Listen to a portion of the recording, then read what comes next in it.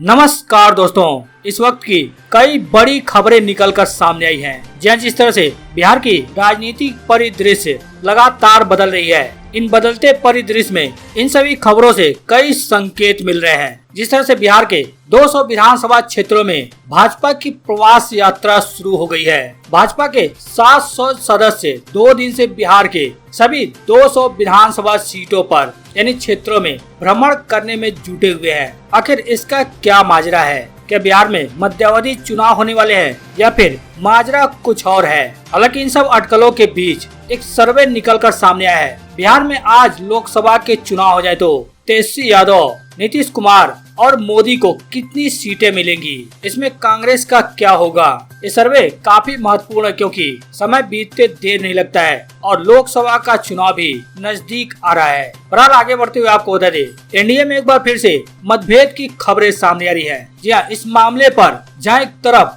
RJD, JDU और हम एक साथ आ गए हैं, तो भारतीय जनता पार्टी इसका विरोध करने उतर गई है। क्या मामला, आपको पूरे खबर के बारे में बताएंगे।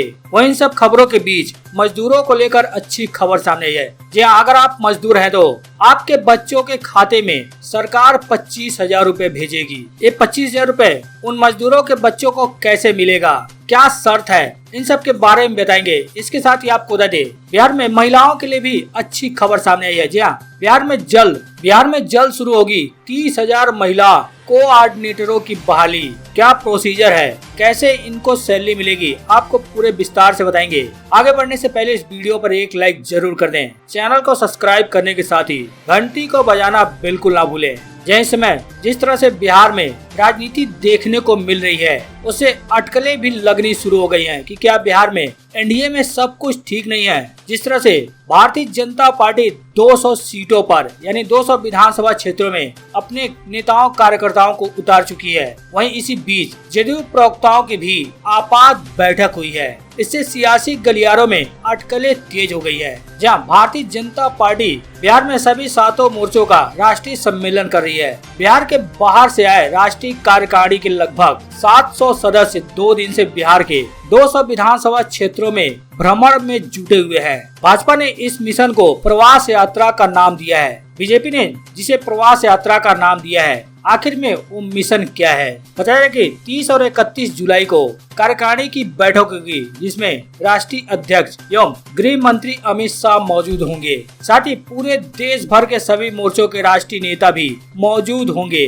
लेकिन भाजपा की कार्यकारिणी बैठक से ठीक पहले अब जेडीयू प्रवक्ताओं की आपात बैठक हुई है। जिस तरह से लगातार जेडीयू के बीच आए दिन तल्खी की खबर सामने आती रहती है। उर्दू स्कूल में शुक्रवार की छुट्टी को लेकर एक बार फिर से भाजपा और जेडीयू आमने सामने हैं। इस बीच पटना स्थित जेडीयू के पार्टी कार्यालय में आज जेडीयू के तमाम प्रवक्ताओं की आपात बैठक बुलाई गई थी, जिसको लेकर तमाम तरह की अटकलें लगने लगी। हालांकि मुख्य प्रवक्ता का कहना है कि यह बैठक कोई राजनीतिक मंशा से नहीं है। उनका कहना है कि बिहार में चल रहे राजनीतिक गतिविधियों पर पार्टी लाइन के साथ अपनी बातों को रखने के बारे में तमाम प्रवक्ताओं को जानकारी दी गई है। लेकिन इसके इतर सियासी गलियारे में कई तरह के अटकलें लगाई जाने लगी हैं कि जिस तरह से भारतीय जनता पार्टी 200 विधानसभा क्षेत्रों के लिए एक मिशन शुरू कर दी है और राष्ट्रीय कार्यकारिणी की बैठक होने वाली है, उसके बीच जेडीयू के प्रवक्ताओं की बैठक किस ओर इशारा करती है।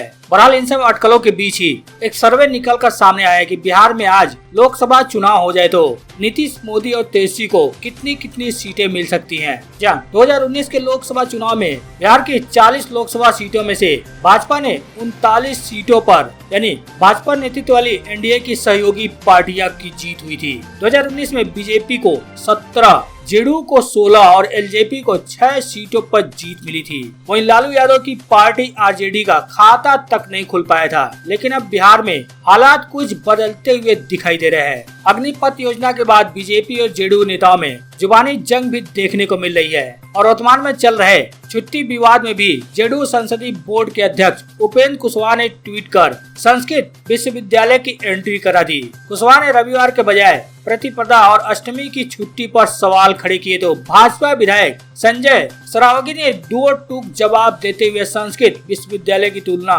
मदरसों से करने पर ऐतराज जताया। हालांकि इन सब के बीच नीतीश कुमार चुप्पी साधे हुए हैं। वहीं इसमें एनडीए के जीतन राम मांझी भी कूद चुके हैं। उनका कहना है कि बिहार एनडीए में अब पहले जैसी बात नहीं रही है। ऐसे में सवाल उठता है कि बिहार में आज लोकसभा चुनाव होते हैं तो नीतीश कुमार, पीएम मोदी, तेजस्वी यादव को कितनी सीटें मिल सकती हैं? जी हाँ, अगर आज भी चुनाव होते हैं तो बिहार में भाजपा को सबसे ज्यादा सीटें मिल सकती हैं, जबकि नीतीश कुमार को इस बार नुकसान हो सकता है। इंडिया टीवी मैट्राइज के सर्वे के मुताबिक अगर आज चुनाव होते हैं तो 2019 में 17 सीटें जीतने वाली भाजपा को इस बार 21 सीटें मिल सकती है, यानी 4 सीटों का फायदा हो सकता है। वहीं नीतीश कुमार को 2 सीटों का नुकसान उठाना पड़ सकता है, यानी 16 से 14 पर नीतीश कुमार की पार्टी आ सकती है। ऐसे में तेजस्वी यादव की पार्टी यानी आरजेडी को फायदा हो सकता है। बता दें 2019 के लोकसभा चुनाव में आरजेडी को एक भी सीटों पर जीत नहीं मिली थी, लेकिन इस बार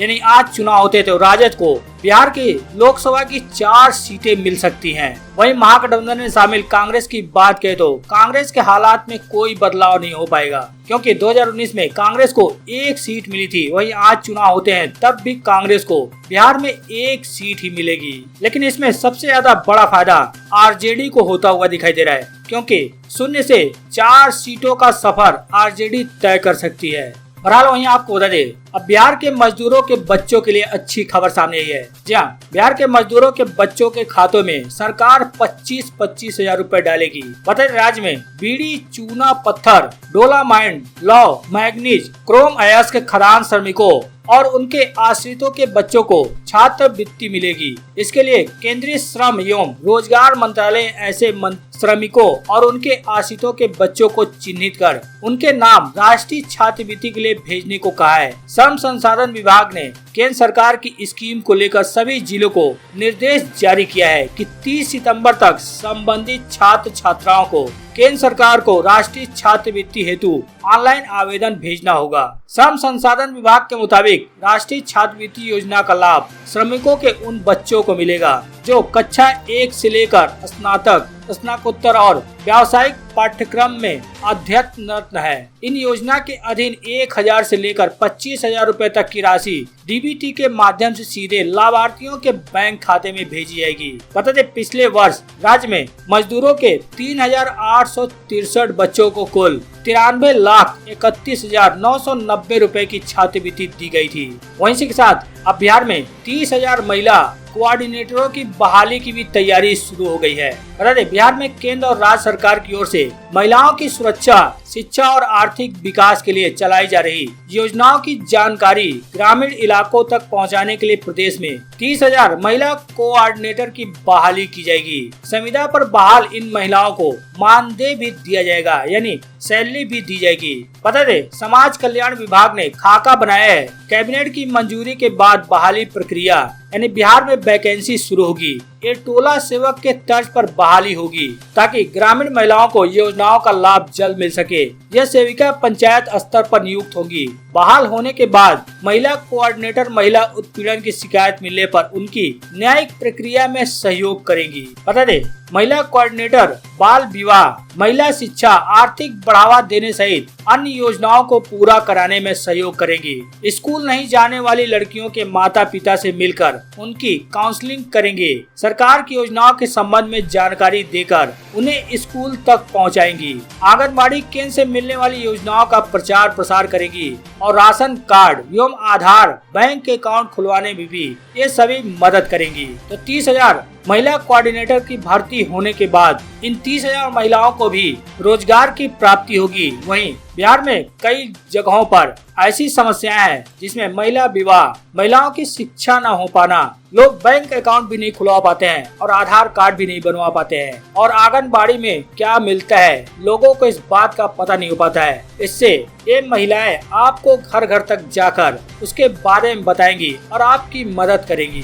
बात करें अगली बड़ी खबर की तो आपको बता दें मुख्यमंत्री नीतीश कुमार के स्वास्थ्य लाभ के लिए अब जेडीयू कार्यकर्ता मजार पर चादर पोशी करते हुए दिखाई दे रहे हैं। जी हाँ, मुख्यमंत्री नीतीश कुमार वर्तमान में कोरोना पॉजिटिव हैं। उनके स्वास्थ्य को लेकर जेडीयू कार्यकर्ताओं से लेकर आम लोग भी चिंतित हैं। ऐसे में उनके स्वास्थ्य को लेकर अल्पसंख्यक प्रकोष्ठ के नव नियुक्त जिला अध्यक्ष सारिक रहमान लवली के नेतृत्व में मखदूम जलाल पीर चिश्ती उनकी दरगाह पर चादर पोशी की गई। वहीं मुख्यमंत्री के बेहतर स्वास्थ्य तथा दीर्घायु जीवन की दुआ भी की गई। हालांकि बताया जा रहा है कि मुख्यमंत्री नीतीश कुमार की लगातार रिकवरी हो रही है और लगातार स्वस्थ होने की तरफ बढ़ रहे हैं। बहरहाल बिहार की राजनीति जिस तरह से चल रही है, जिस तरह के परिदृश्य आज दिखाई दे रहे हैं, उस पर आपकी क्या राय है? आपको क्या लगता है बिहार में क्या कुछ बड़ा होने वाला है? आप अपनी राय जरूर बताएं।